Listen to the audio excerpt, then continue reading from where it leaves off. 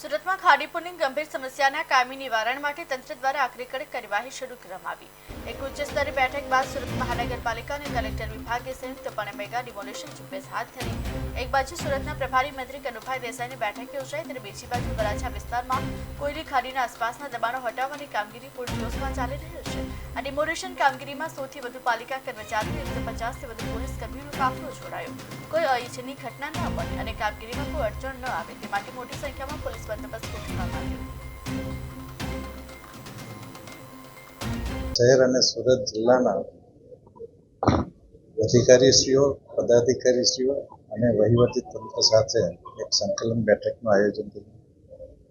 એમાં સૌપ્રથમ તો સુરત શહેરને સમગ્ર ભારતમાં સ્વચ્છતા અભિયાનમાં સર્વોત્તમ સ્થાન એટલે કે સૌપ્રથમ કેટેગરી મેળવવા માટે ખાસ અભિનંદન આપ્યું। એમાં સુરતના દરેક નાગરિકો, સફાઈ કર્મીઓ એ બધાને અભિનંદન અને ધન્યવાદને પાત્ર છે।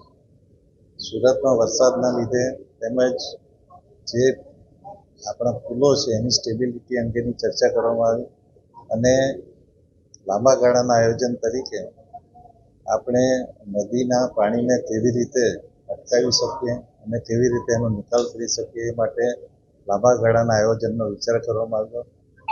એ આયોજન માટે કન્સલ્ટન્ટની પણ નિમણૂક કરીને ત્યાર પછી દરેક પદાધિકારીઓ અને વહીવટી સાથે મળીને નિર્ણય કરવામાં આવશે કે જેથી એ નદી જ્યાંથી શરૂ થાય ત્યાંથી જ્યાં દરિયાને મળે છે ત્યાં સુધીમાં એનો ઉપયોગ નાના ચેકડેમ બનાવીને સિંચાઈ માટે અથવા તો વધુ વરસાદ આવે તો એને કેવી રીતે શહેરને બચાવી શકાય એ માટે લાંબા ગાળાનું આયોજન સરકારશ્રીમાં રજૂઆત કરીને ઇરિગેશન ડિપાર્ટમેન્ટને સાથે રાખીને કરવામાં આવશે અને એ માટેની એક સમિતિ પણ બનશે અને સાથે જે પુલો છે એની સ્ટેબિલિટી માટે પણ સાયન્ટિફિક એનું એસેસમેન્ટ થાય એની ચર્ચા કરવામાં આવી અને ખાસ કરીને સુરત મહાનગરપાલિકાએ દરેક બ્રિજનો હેલ્થ રિપોર્ટ બનાવ્યો છે અને એ હેલ્થ રિપોર્ટ એક ગાઈડલાઇન સમાન છે અને જિલ્લાના તમામ બ્રિજોનું પણ આ રીતે એસેસમેન્ટ કરવામાં આવશે એવી ચર્ચા કરી। અંદાજે 26 થી 27 છે આ લાઈનમાં ડિમોલિશન મારી ગણતરી પણ હાલ 3 થી 4 દિવસ અમે એક્સપેક્ટેશન કરીએ છીએ પણ સ્થળ સ્થિતિ જોતા એવું લાગે છે કે મને અઠવાડિયું પણ થઈ શકે છે। સ્થાનિકોનો રોષ હાલમાં નથી, સવારે હતો।